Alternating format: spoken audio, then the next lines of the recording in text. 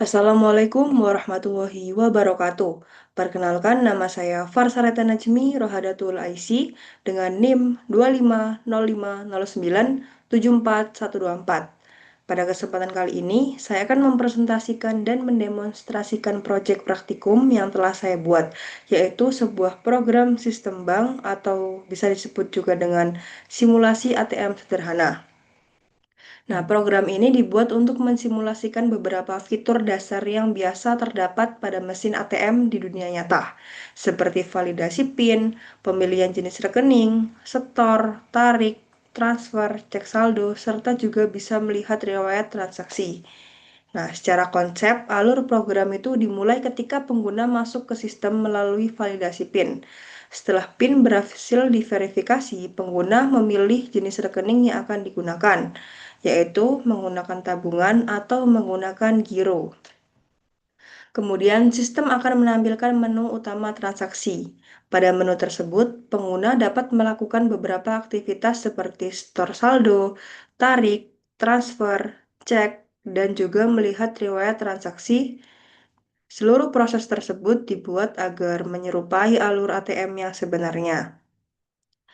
Nah, pada program yang telah saya buat ini terdapat 4 kelas, yaitu yang pertama ada kelas rekening, tabungan, giro, dan juga sistem bank. Saya akan menjelaskan satu persatu dari kelas tersebut. Dimulai dari kelas rekening. Nah, kelas ini merupakan superkelas atau kelas induk yang menjadi inti dari keseluruhan program. Nah, di bagian awal kode terdapat package bank dan juga import Java util ArrayList. Nah, baris package bank menunjukkan bahwa kelas ini tuh berada di dalam package bernama bank. Nah, dalam package bernama bank ini. Sedangkan import Java util ArrayList digunakan untuk memanggil kelas ArrayList dari library Java. Nah, ArrayList ini sangat penting karena digunakan untuk melihat riwayat transaksi. Selanjutnya, terdapat di sini bisa dilihat ada deklarasi atribut. Di sini saya menggunakan akses modifier privat agar data itu lebih aman dan menerapkan konsep encapsulation. Nah, atribut nama pemilik ini digunakan untuk menyimpan nama pengguna. Saldo digunakan untuk menyimpan jumlah uang yang tersedia. PIN digunakan untuk validasi saat login, sedangkan riwayat digunakan untuk menyimpan seluruh histori transaksi seperti setor, tarik, dan transfer. Kemudian terdapat konstruktor di sini. Konstruktor ini digunakan untuk memberikan nilai awal ketika objek dibuat. Di dalam konstruktor ini, nilai parameter itu dimasukkan ke atribut kelas. Selain itu, riwayat diinisiasi dengan this riwayat sama dengan new array list. Artinya, ketika objek rekening ini dibuat, list riwayat itu langsung siap untuk digunakan. Selanjutnya, di bawah ini ada metode getter seperti nama pemilik, saldo, dan juga PIN. Metode ini digunakan untuk mengambil nilai atribut dari luar kelas. Bagian yang terpenting pada kelas rekening ini adalah metode transaksi, yaitu metode pertama adalah metode store. Metode ini digunakan untuk menambahkan saldo. Di dalamnya terdapat validasi if jumlah lebih besar dari 0. Artinya nominal store itu harus lebih dari 0. Jika valid atau jika benar, maka saldo akan bertambah. Nah, akan bertambah saldonya. Kemudian transaksi akan disimpan ke dalam riwayat. Setelah itu memanggil metode cetak struk. Kemudian berikutnya ada metode tarik. Pada metode ini, sistem itu memeriksa apakah saldo itu mencukupi. If jumlah lebih besar dari 0 dan jumlah kurang dari sama dengan saldo. Jika saldo cukup, maka saldo akan dikurangi dan transaksi itu akan dicatat ke riwayat. Selanjutnya ada metode transfer. Menurut saya, metode ini merupakan bagian inti dari studi kasus kali ini. Nah, di dalam metode ini terdapat double total sama dengan jumlah, plus admin. Nah, baris ini tuh digunakan untuk menghitung total saldo yang akan dipotong. Jadi, saldo tidak hanya dikurangi nominal transfernya, tetapi juga ditambah oleh biaya admin. Jika saldo mencukupi, maka transfer akan diproses dan dicatat ke dalam riwayat. Nah, ini juga ada metode cetak struk yang digunakan untuk menampilkan hasil transaksi yang telah dilakukan.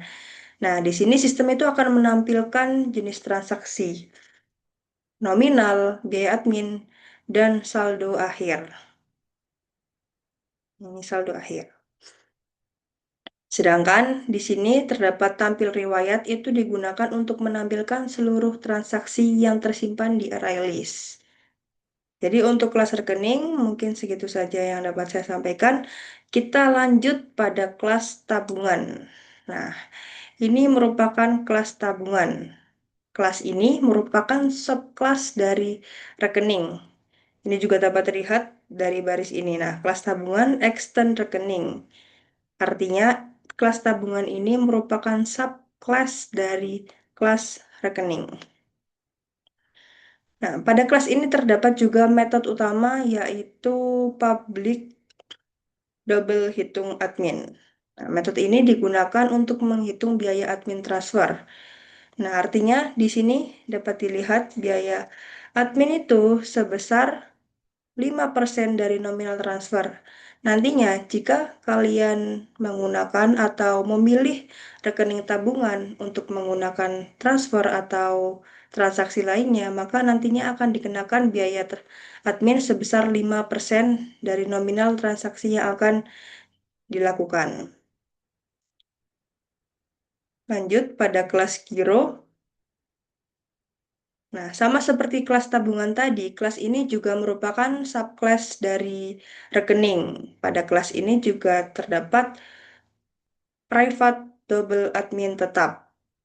Nah, atribut ini digunakan untuk menyimpan biaya admin tetap.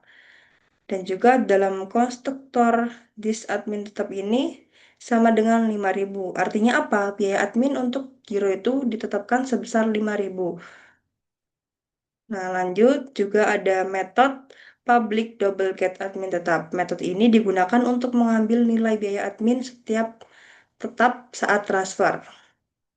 Jadi, sama seperti tabungan tadi, ketika user menggunakan atau memilih rekening giro, nantinya akan dikenakan biaya admin tetap sebesar 5.000.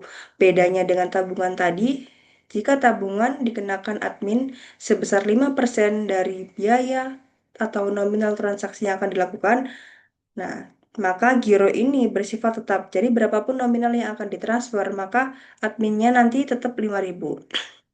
Seperti itu. Dan untuk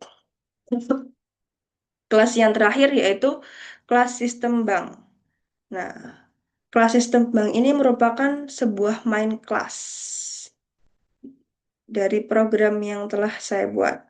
Pada bagian awal ini terdapat import Java Util Scanner. Artinya apa? Import ini tuh digunakan agar program itu dapat menerima input dari penggunanya.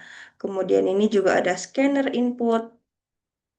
Dapat dilihat juga ada scanner input. Baris ini digunakan untuk membaca input dari keyboard. Selanjutnya membuat program objek rekening. Nah, ini merupakan sebuah objek. Selanjutnya yaitu masuk ke loop utama. Loop ini digunakan agar sistem itu dapat terus berjalan. Kemudian sistem meminta untuk dimasukkan PIN. Setelah login berhasil, program itu masuk ke menu transaksi dengan menggunakan switch. Nah, ini. Nantinya setelah PIN berhasil atau PIN benar, akan diarahkan kepada menu yang akan digunakan untuk transaksi.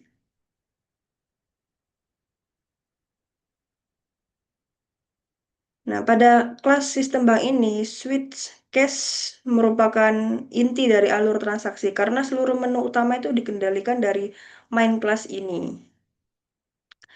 Setelah berhasil login dan memilih jenis rekening tadi di sini, Sistem akan menampilkan menu ATM, kemudian input pengguna disimpan pada variabel menu.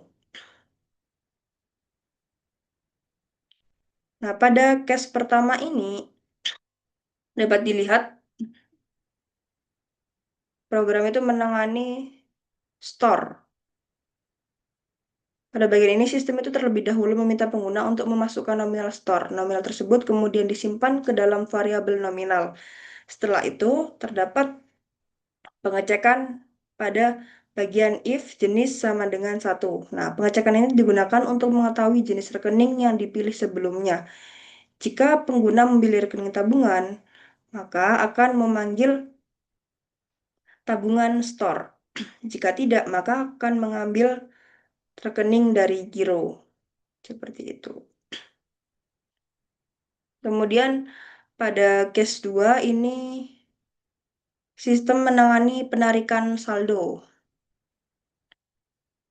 Alurnya itu sebenarnya itu hampir sama dengan store. Sistem meminta nominal tarik lalu mengecek jenis rekening. Setelah itu, sistem akan memanggil metode tarik. Dalam metode tersebut, program itu memeriksa apakah saldo mencukupi. Jika cukup, saldo akan berkurang. Jika tidak, sistem akan menampilkan pesan bahwa saldo itu tidak cukup. Kemudian, pada case 3 ini, nah, ini pada case 3 ini. Pada case 3 ini, bagian ini menurut aku yang paling penting karena menunjukkan logika program yang mungkin lebih kompleks. Bagian ini menangani transfer saldo ke rekening lain. Pertama, sistem itu meminta untuk diinputkan nomor rekening tujuan. Setelah itu, sistem akan meminta nominal transfer yang akan diberikan atau yang akan ditransferkan. Kemudian, ada konfirmasi transfer. Ini merupakan validasi agar kita tuh bisa memverifikasi bahwa rekening tersebut benar atau masih kurang tepat. Nah, jika pengguna memilih ya, maka sistem akan menghitung biaya admin berdasarkan jenis rekening. Seperti itu. Kemudian kita langsung saja ke case 4. Nah, case 4 ini sistem menampilkan saldo, saldo terkini. Program itu mengecek jenis rekening lalu mengambil saldo menggunakan getter.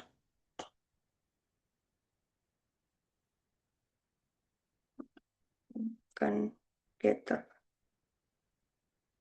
Bagian ini tuh penting juga untuk menunjukkan penggunaan getter method pada konsep encapsulation. Selanjutnya pada case 5 yaitu menampilkan riwayat. Jadi di sini tuh menampilkan seluruh histori transaksi atau yang telah dilakukan pengguna, apa aja yang telah dilakukan pengguna, transaksi apa aja yang telah dilakukan, nantinya akan ditampilkan melalui sistem ini. Di sini sistem memanggil di sini sistem akan memanggil metode tampil riwayat. Metode ini akan mengambil data dari rilis riwayat dan menampilkan seluruh transaksi sebelumnya. Jadi pengguna itu dapat melihat daftar setor, tarik, dan transfer yang pernah dilakukan. Nah, pada case 6 ini, sistem akan mengakhiri sesi dari ATM yang telah dilakukan tadi. Ketika pengguna memilih menu ini, loop transaksi itu akan berhenti dan program itu akan selesai. Seperti itu. Nah, langsung saja saya akan membuat atau mendemonstrasikan program yang telah saya buat.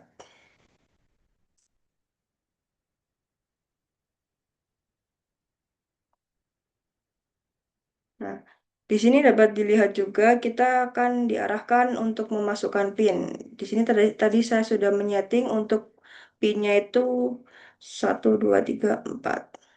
Enter. Ini kita disuruh untuk memilih rekening. Saya memilih tabungan.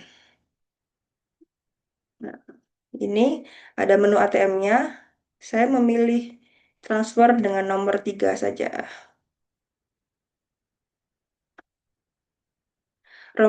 Nomor rekening tujuannya bisa random. Saya akan mentransfer sebesar 200.000. Konfirmasi? Ya. Nah, di sini juga dapat dilihat ada struk transaksi yang telah kita lakukan, yaitu jenis transaksinya adalah transfer dengan nominal 200.000, biaya adminnya sebesar 10.000. Artinya apa? Ini biaya admin ketika kita memilih rekening tabungan, itu akan biaya adminnya akan dipotong sebesar 5% dari nominal yang ditransfer. Nah, ini saldo akhirnya ini 16.790.000. Kemudian ketika kita juga bisa mengecek saldo, misal 4. Nah, saldonya di sini sama dengan saldo akhir yang telah dilakukan transaksi tadi. Kita juga bisa store satu nominal 10.000 saja. Itu 23.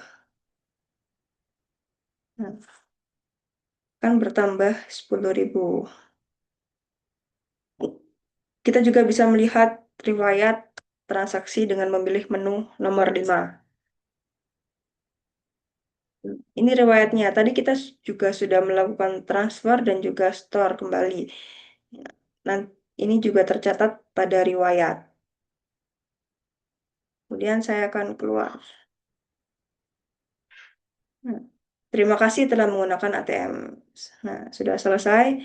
Mungkin ini saja yang dapat saya sampaikan. Jika ada salah kata maupun salah pengucapan, mohon maaf yang sebesar-besarnya. Terima kasih telah menyaksikan. Wassalamualaikum warahmatullahi wabarakatuh.